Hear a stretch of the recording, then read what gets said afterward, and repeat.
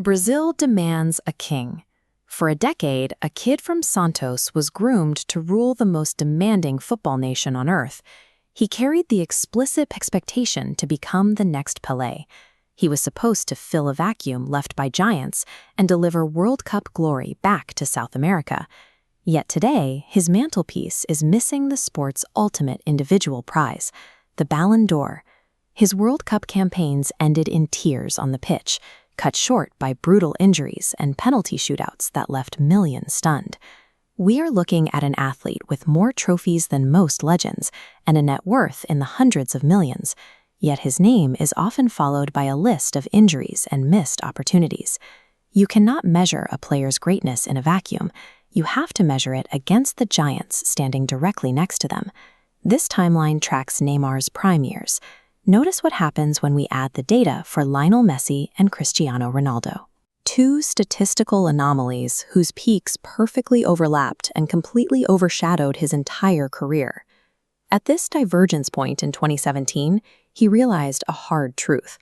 He had to make high-risk career choices simply to compete for the spotlight. His career trajectory didn't happen in isolation. It was a path dictated by the gravity of these two overlapping peaks. It started flawlessly. At Santos, he was a cultural phenomenon, lifting the Copa Libertadores and carrying the hopes of a nation before stepping foot in Europe. Moving to Barcelona, he formed the lethal MSN attacking trio alongside Luis Suárez and Lionel Messi. This alliance reached the absolute apex of club football. They dismantled European defenses and secured the Champions League trophy in 2015. But playing in this system carried a structural flaw. As long as he wore the same colors as Messi, he would be viewed as the sidekick. Remaining in this alliance meant securing more team trophies, but it actively sacrificed his chance at individual, historical supremacy. So, in 2017, Paris Saint-Germain triggered his €222 million release clause, completing the most expensive transfer in football history. This flowchart maps the strategy behind the money. The record fee was a calculated move to secure absolute brand independence and maximize his probability of winning the Ballon d'Or. Becoming the most expensive sporting asset in history brings intense compounding pressure to deliver immediate results. That single financial decision completely isolated him. He was now solely responsible for delivering European glory to an entire franchise. Being the focal point in the French league brought a harsh physical reality. Opponents used aggressive tactical fouling, swarming and dragging him down. This matrix maps his major injury dates.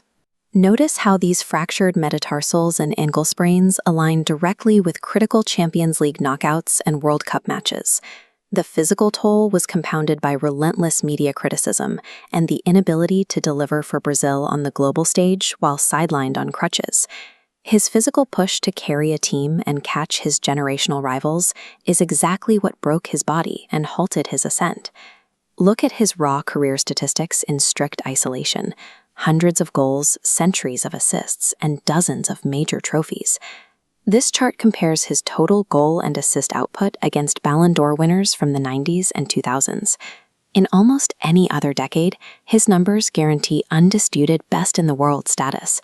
But introducing the towering new data of his specific era entirely dwarfs his impressive metric. Cristiano Ronaldo built an empire through relentless physical output and durability. Neymar shared those ambitions, but was continually stifled by his own physical limits.